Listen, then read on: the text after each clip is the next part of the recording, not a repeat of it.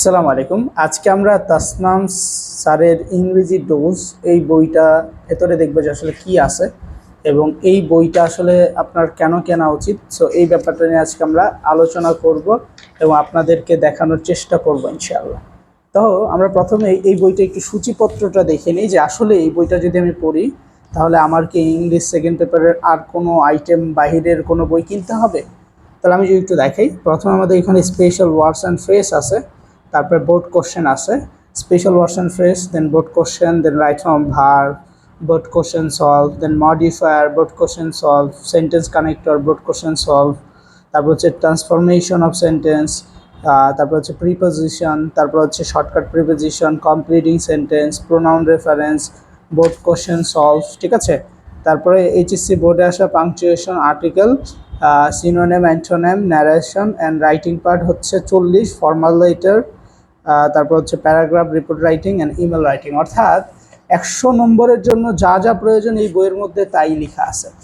এখন আমি তোমাদেরকে যে জিনিসটা একটু খেয়াল করাই, যেমন আমরা যদি আমাদের এই বইটা দেখে যে কীভাবে সাজানো, যেমন আমাদের এই বইটার মধ্যে প্রথমে স্পেশাল ওয়ার্ডস অ্যান্ড ফ্রেজটা দেওয়া। সো এই স্পেশাল ওয়ার্ডস অ্যান্ড ফ্রেজের মধ্যে দেখো প্রথম যে টেকনিকটা সেটা হচ্ছে টেকনিক 1। এই টেকনিক 1-এ কী আছে আমি যদি একটু ভালো করে বোঝাই, টেকনিক 1-এ আমি দেখতে পাচ্ছি যে একটা গ্যাপ আছে, গ্যাপের পরে হচ্ছে যদি আমরা কোনো সেন্টেন্সে প্রথমে গ্যাপ দেখি এর মানে আমরা সেখানে 3টা বিষয় মাথায় রাখবো। 1 নম্বর হচ্ছে ইট, 2 নম্বর দেয়ার, 3 নম্বর হচ্ছে হোয়াট ইফ। এই জিনিসটা হচ্ছে একটু বোঝার ব্যাপার, অর্থাৎ আমাদেরকে এই জিনিসটা একটু বুঝতে হবে। যখন আমরা এই জিনিসটা ক্লিয়ারলি বুঝবো তখন আমাদের জন্য সহজ।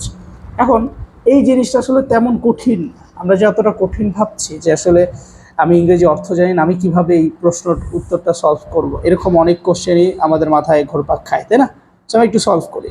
একটা গ্যাপ থাকলে 3টা বিষয় বসে, তাই না? সো একটা ইট সেটা হচ্ছে বস্তু বোঝালে, দেয়ার ব্যক্তি বোঝালে, আর হোয়াট ইফ হচ্ছে subject plus verb plus object. তাহলে আমরা একটু সেলফ প্র্যাকটিসে যাই এবং এখানে যেই প্র্যাকটিসগুলো দেওয়া আছে এগুলো কিন্তু সব বোর্ড পরীক্ষা আসা প্রশ্ন। তাহলে আমি 1 নম্বর যে এক্সাম্পলটা দেখতে পাচ্ছি সেটা হচ্ছে, দেখো I am in short of time, then একটা ফুল স্টপ। অর্থাৎ ফুল স্টপ মানে এই সেন্টেন্সটা অলরেডি শেষ হয়ে গিয়েছে এবং প্রথমেই সেন্টেন্সের শুরুতে কি আছে ভাইয়া, প্রথমেই সেন্টেন্সের শুরুতে গ্যাপ আছে। সেন্টেন্সের শুরুতে যদি গ্যাপ থাকে তাহলে আমরা জানি একটা বিষয়, সেটা কি, যে কোনো সেন্টেন্সের শুরুতে গ্যাপ থাকা মানেই সেখানে 3টা বিষয় বসে, সেখানে একটা ইট, দেয়ার, হোয়াট ইফ বসে, তাই না? সো আমি এখন তাহলে এখানে কি করব, এখানে আমি দেখব যে ইট বসবে নাকি দেয়ার বসবে নাকি হোয়াট ইফ বসবে। তো আমি দেখতে পাচ্ছি একটা সাবজেক্ট আছে গ্যাপের পরে, দ্য ট্রেন, ইজ হচ্ছে একটা ভার্ব অ্যান্ড লেট হচ্ছে একটা অবজেক্ট, এটা কিন্তু আছে আমি দেখতে পাচ্ছি। তাহলে আমার এই 3টার মধ্যে লাস্টে যেটা আছে হোয়াট ইফ, এখানে একটা সাবজেক্ট থাকে গ্যাপের পর, তারপর একটা ভার্ব থাকে, দেন একটা অবজেক্ট থাকে, লাস্টে একটা প্রশ্নবোধক চিহ্ন থাকে। তাহলে আমার যে 1 নম্বর টেকনিক বা 1 নম্বর এক্সাম্পলটা আছে, সেই 1 নম্বর এক্সাম্পলে কিন্তু এখানে আমরা চোখ বন্ধ করে হোয়াট ইফ বসায় দিতে পারতেছি। এই জন্য কিন্তু আমাদের কোনো অর্থের প্রয়োজন হচ্ছে না। আশা করি তোমরা বুঝতে পারছো। ঠিক তেমনি আমাদের এখানে প্রত্যেকটা টেকনিক, যেমন তুমি টেকনিক 2, হ্যাঁ, তারপর আমি যদি তোমাকে বলি যে আমাদের যে টেকনিক 3 আছে, ঠিক আছে, তারপর হচ্ছে টেকনিক 4 আছে, প্রত্যেকটা টেকনিকই আমরা হচ্ছে এমনভাবে দিয়েছি যাতে স্টুডেন্টরা খুব সহজেই বুঝতে পারে এবং তাদের যাতে ইংরেজি অর্থ না বুঝেও তারা সুন্দর করে ভালো একটা রেজাল্ট করতে পারে। তারপর আমি যদি একটু দেখাই যে এই বইয়ের মধ্যে বোর্ড কোশ্চেন সলভ, দেখো 2018 সালে আসে একটা প্রশ্ন। সো এই তারপর হচ্ছে তোমার বিভিন্ন পরীক্ষায়, বোর্ড পরীক্ষায় আসলে যে প্রশ্নগুলো আছে সেগুলো আমরা এখানে সুন্দরভাবে সলভ করে দিয়েছি এবং তুমি চাইলে এই টেকনিকগুলো ব্যবহার করে সলভ করতে পারবা। দেন রাইট ফর্ম ভার্ব আছে।